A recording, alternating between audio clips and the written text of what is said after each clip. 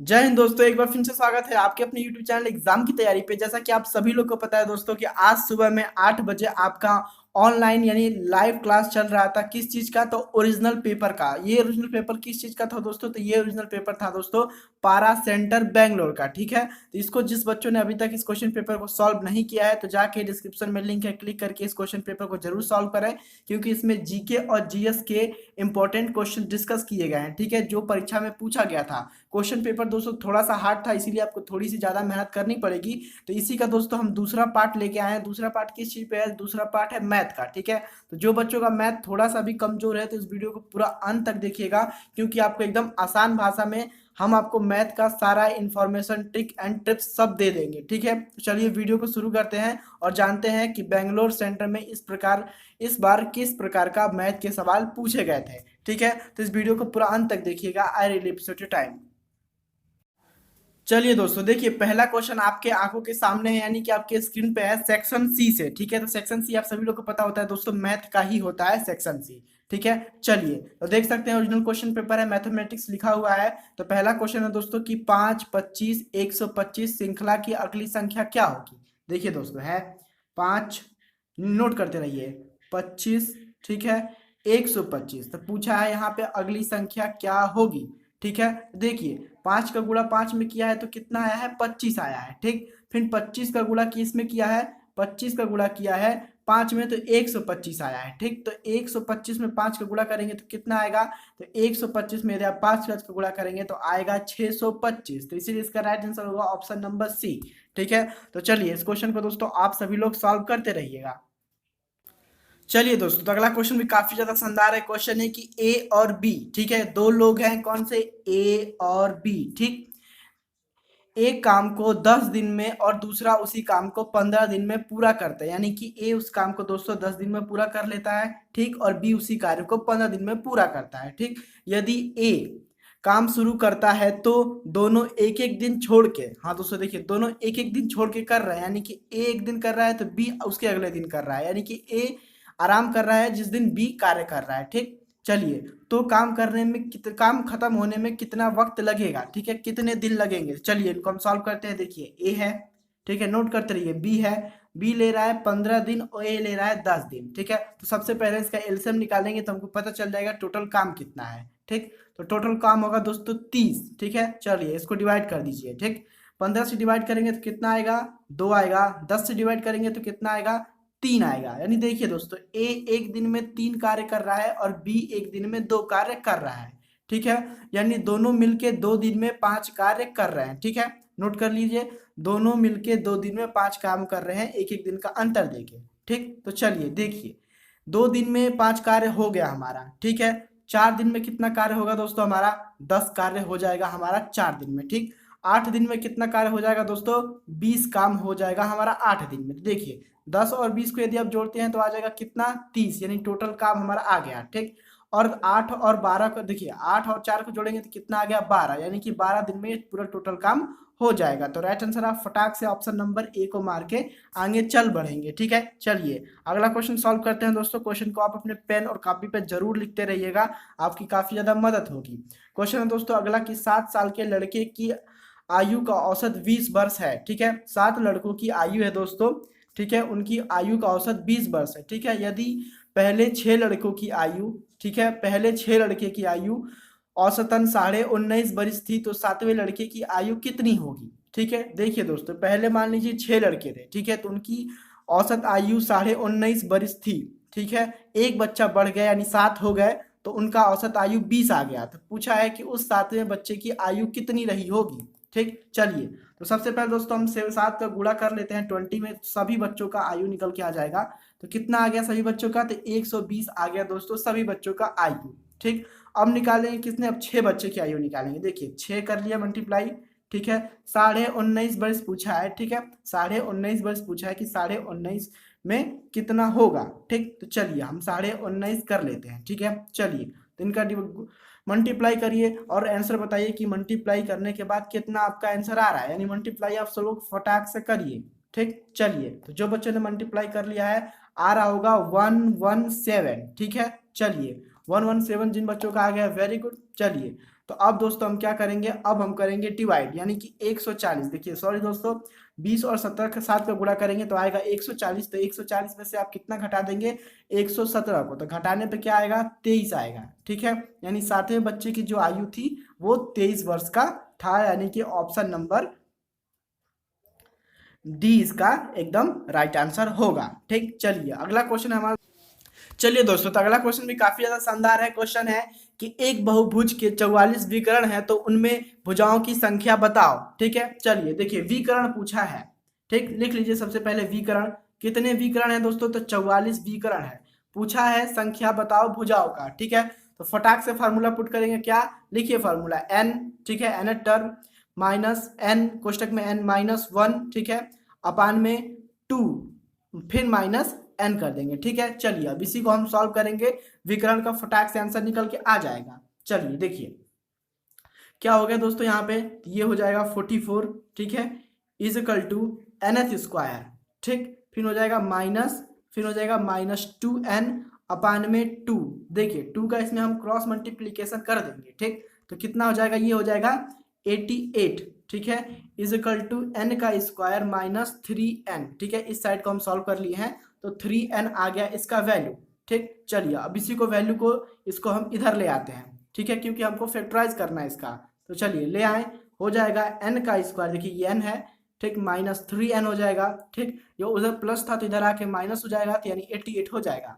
चलिए इनको सॉल्व करते हैं तो क्या होगा, n-11, फिर हो जाएगा n-8। ठीक है, ये सॉल्व करना आपको आता ही होगा। देखिए दोस्तों, कभी भी वैल्यू रखेंगे तो माइनस की नहीं रखेंगे। ठीक, क्योंकि n हमेशा बड़ा होता है, किससे, बड़ा होता है 0 से। ठीक है, चलिए तो क्या करेंगे, हम n-11 को रखेंगे इजिकल टू 0 करेंगे, तो n को उधर भेज देंगे तो आ जाएगा आंसर 11। ठीक है, तो चलिए जो आंसर में 11 है उसको राइट मारते हैं, यानी ऑप्शन नंबर ए इसका राइट आंसर होगा। ठीक है, उम्मीद करते हैं आपको समझ में आया होगा, नहीं आया होगा तो जरूर आप कमेंट बॉक्स में हमसे पूछ लीजिएगा, फिर से हम इसका सोल्यूशन आपको दे देंगे। चलिए अगला क्वेश्चन दोस्तों, की दो संख्याओं का अंतर 2 है, ठीक है, और उनके वर्ग का अंतर 28 है, तो उनका योग बताओ। देखिए दोस्तों, कोई संख्या है, मान लीजिए x और y, ठीक है, उनके अंतर पूछा है, यानी उनका अंतर, यानी माइनस कर देंगे तो उनका अंतर आ जाएगा, तो उनका अंतर कितना है, 2 है। ठीक, और उनके वर्गों का अंतर कितना है, देखिए वर्गों का अंतर कितना है, वर्ग कर दिए तो वर्गों का अंतर है 28। ठीक है, तो चलिए इसको हम सॉल्व करना है और बताना है कि उन दोनों का योग कितना होगा, यानी उन दोनों को प्लस करने पे कितना हमें वैल्यू प्राप्त होगी। ठीक, चलिए देखिए दोस्तों, है N square minus Y square. ठीक, इसको हम क्या लिख सकते हैं दोस्तों, फॉर्मूला इसका क्या होता है एन प्लस वाई और फिर एक में हो जाएगा एन माइनस वाई। ठीक है, चलिए तो हमको इसका वैल्यू पता है 28। ठीक है, इसका वैल्यू हमको नहीं पता है तो इसे लिख लेते हैं एक्स प्लस वाई। ठीक है, और इसका वैल्यू हमको दे दिया है 2। ठीक, चलिए तो इसको कटा लीजिए इससे, तो कितना आ गया, 1 और 4, यानी कि 14 आ गया राइट आंसर। तो right answer is equal to क्या हो जाएगा, x प्लस वाई का वैल्यू आ गया 14, यानी कि ऑप्शन नंबर सी इसका एकदम राइट आंसर होगा। ठीक, चलिए अगला क्वेश्चन है हमारा दोस्तों, देखिए क्वेश्चन है 31, 7, 25, 13, 19 और 13। ठीक, देखिए लिख लेते हैं, आपको और अच्छे से समझ में आएगा, लिखते रहेंगे तो आपको और अच्छे से समझ में आता रहेगा। देखिए क्वेश्चन है, लिखते हैं, देखिए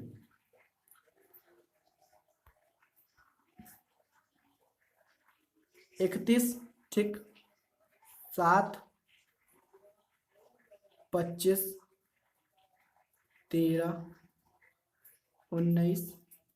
19 और फिर से है कितना, देखिए छूट गया, देखिए फिर से लिखते हैं 31, ठीक, 7, 25, 13, 19 और 13 पूछा है, अगला क्रम कौन सा होगा। देखिए दोस्तों, यदि 31 में से आप घटाते हैं 6 तो आएगा कितना, 25 आ जाएगा। ठीक, फिर आप घटाएंगे 6 तो कितना आ जाएगा, 19 आ जाएगा। 19 में से आप 6 घटाएंगे तो कितना आ जाएगा, 13 आ जाएगा। ठीक, तो पूछा है ये वाला वैल्यू, ना कि इसके आगे का वैल्यू पूछा है, तो इसीलिए गलत हो जाएगा। देखिए ऊपर से यदि आप इसको जोड़ते हैं दोस्तों कितना आएगा, +6 करेंगे तो आपका आ जाएगा 13, इसमें +6 करेंगे तो कितना आ जाएगा 19, और इसमें यदि आप +6 करेंगे तो कितना आएगा, फटाक से बताइए, आएगा ऑप्शन आपका 25। तो देखिए 25 है ऑप्शन में, यदि है तो यही इसका राइट आंसर है, यानी ऑप्शन नंबर सी एकदम राइट है। एकदम आसान क्वेश्चन था दोस्तों, फटाक से आप लोग सभी लोग हल कर लिए होंगे। चलिए अगला है दोस्तों कि यदि कोई घटना घटित नहीं होती तो उसका संभावना है। हाँ दोस्तों देखिए, कोई घटना घटित होगी ही नहीं तो उसकी संभावना क्या होगी।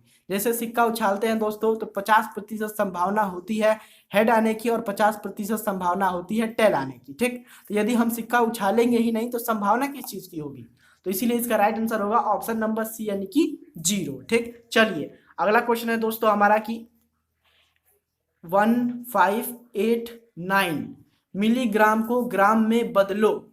ठीक है, हाँ दोस्तों देखिए, चलिए 1589 मिलीग्राम को हमको ग्राम में बदलना है। ठीक, तो सबसे पहले जानते हैं दोस्तों कि 1 ग्राम में कितना मिलीग्राम होता है।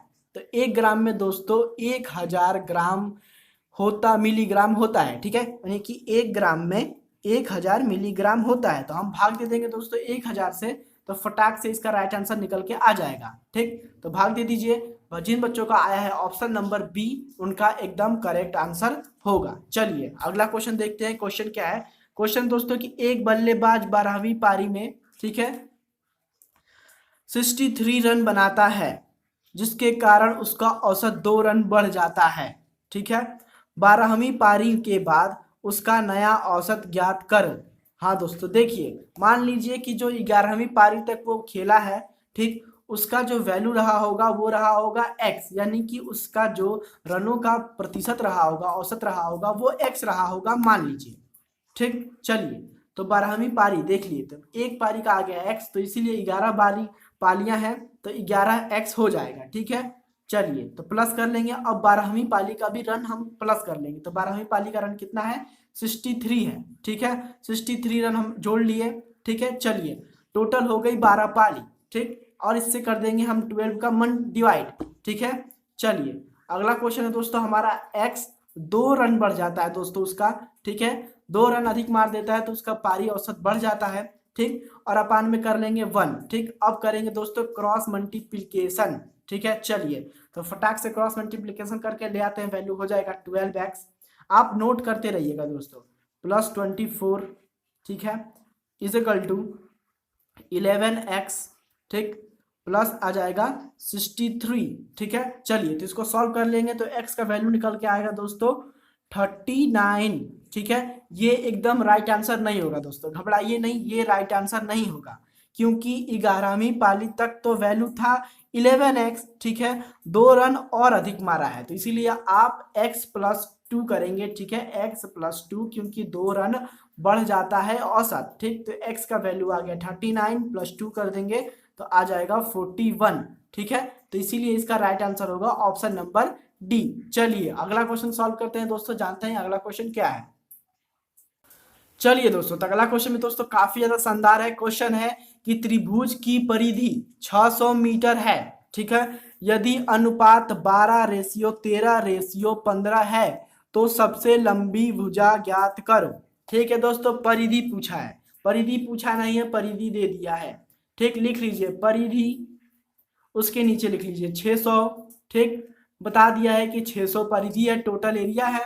ठीक, 12:13:15 रेशियो में उसको बांट दिया गया है। ठीक, चलिए तो पूछा है जो सबसे बड़ी भुजा है यानी 15 का मान कितना होगा।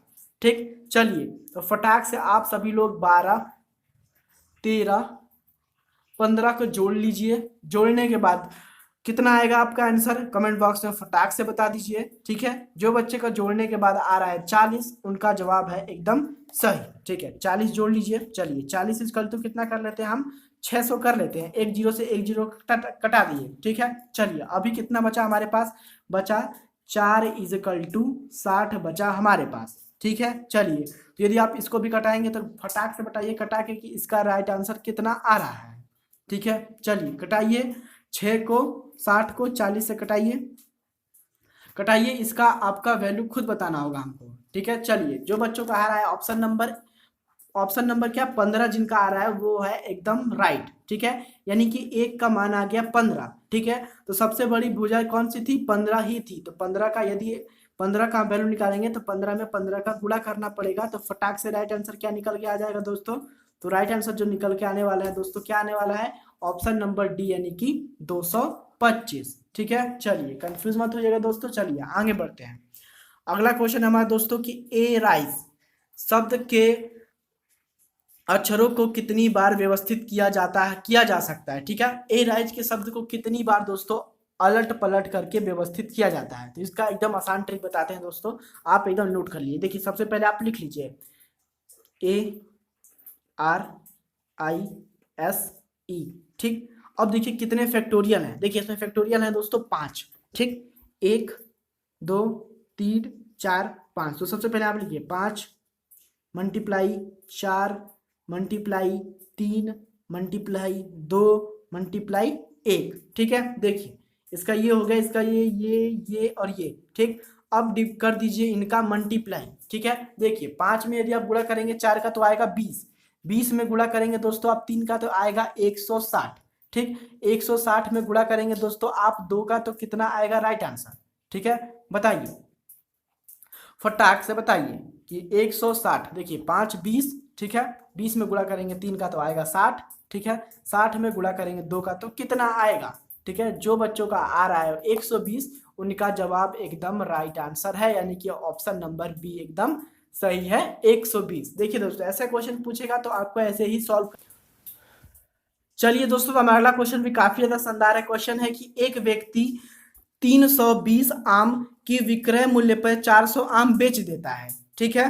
तो उसको कितने प्रतिशत का घाटा होगा, ठीक है। देखिए 320 आम बेचने की जगह पे वो 400 आम बेच देता है उतने ही रुपए में, x रुपए में, तो उसको कितने प्रतिशत का घाटा हुआ, ठीक। सबसे पहले हम घाटा फाइंड करेंगे, तो 400 में से यदि हम घटा देंगे 320 को तो आएगा हमारा 80 आमों का उस बेचारे को घाटा हुआ, ठीक है। तो अब इसको सॉल्व करना है, तो देखिए कितने में से घाटा हो रहा है, तो 320 में से घाटा हो रहा है, इंटू कर देंगे 100। देखिए एक जीरो से एक जीरो ये कट जाएगा, ठीक है दोस्तों। चलिए अब इसको कटा के हम निकालेंगे दोस्तों, तो आएगा इसका राइट आंसर 25, ठीक है। यानी कि उसको 25% का घाटा हो रहा है। इस क्वेश्चन को दोस्तों आप सॉल्व कर लीजिएगा, ठीक है। चलिए इसी को सॉल्व कर लेंगे दोस्तों, आपको आंसर मिल जाएगा 25, ठीक है। चलिए अगला क्वेश्चन है दोस्तों कि फाइंड, यानी कि ज्ञात करो 30%, ठीक है, ऑफ 30% ज्ञात करना है 1500 प्लस 600। तो सबसे पहले हम जोड़ लेते हैं 1500 और 600 को,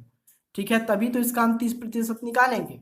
चलिए तो जीरो जीरो हो जाएगा डबल जीरो, ठीक है। 5 में जोड़ेंगे तो कितना हो जाएगा 11, तो हासिल लगा 1, यानी कि आ जाएगा दोस्तों इसका 2100 आ जाएगा, ठीक है। चलिए तो 2100 टोटल आ गया, यानी कि 100 बराबर आ गया हमारा 2100, ठीक है। चलिए तो 1 बराबर हम फाइंड कर लेते हैं, कटा देते हैं, 1 बराबर आ गया दोस्तों हमारा 21, तो 30% बराबर कितना आ जाएगा, तो कर देंगे दोस्तों 21 का 30 में गुणा, ठीक है। तो आ जाएगा हमारा राइट आंसर फटाक से, ठीक है। तो जिन बच्चों का राइट आंसर आ रहा है ऑप्शन नंबर ए यानी कि 360, उनका जवाब है एकदम राइट, ठीक। चलिए हम अगला क्वेश्चन सॉल्व करते हैं, जानते हैं कि अगला क्वेश्चन क्या है। अगला क्वेश्चन दोस्तों कि एक नहीं है, परिमेय और अपरिमेय संख्या का गुणनफल है, ठीक है। परिमेय और अपरिमेय संख्या के बारे में आप सभी लोग जानते हैं दोस्तों, तो उनका गुणनफल क्या होता है। ऑप्शन नंबर ए पे है कभी परिमेय संख्या और अपरिमेय संख्या, ठीक, हमेशा अपरिमेय संख्या, फिर तीसरा है हमेशा एक पूर्णांक, चौथा है हमेशा एक परिमेय संख्या, ठीक है। तो चलिए इसका राइट आंसर आप लोग फटाक से बताइए कि इसका राइट आंसर क्या होगा। तो चलिए जो बच्चे बता रहे हैं ऑप्शन नंबर, ठीक है, ऑप्शन नंबर किसको, बी को, उसका एकदम राइट आंसर होगा हमेशा एक अपरिमेय संख्या आएगी। चलिए तो दोस्तों हमने कर चुके हैं मैथ के सारे क्वेश्चन कंप्लीट, और यहाँ तक आपने इस वीडियो को देखा है तो इस वीडियो को जरूर से लाइक और शेयर, चैनल को जरूर सब्सक्राइब करिएगा, क्योंकि ऐसे ही वीडियो हम आपके लिए हमेशा लाते रहते हैं, मैथ जीके जीएस रीजनिंग, ठीक है। और 8 बजे लाइव क्लास में ज्वाइन होना ना भूलिएगा, ठीक है। चलिए क्योंकि उससे आपकी तैयारी को मिलता है बूस्ट पावर, ठीक है। आई रिपीट टाइम, मिलते हैं अपनी अगली वीडियो में।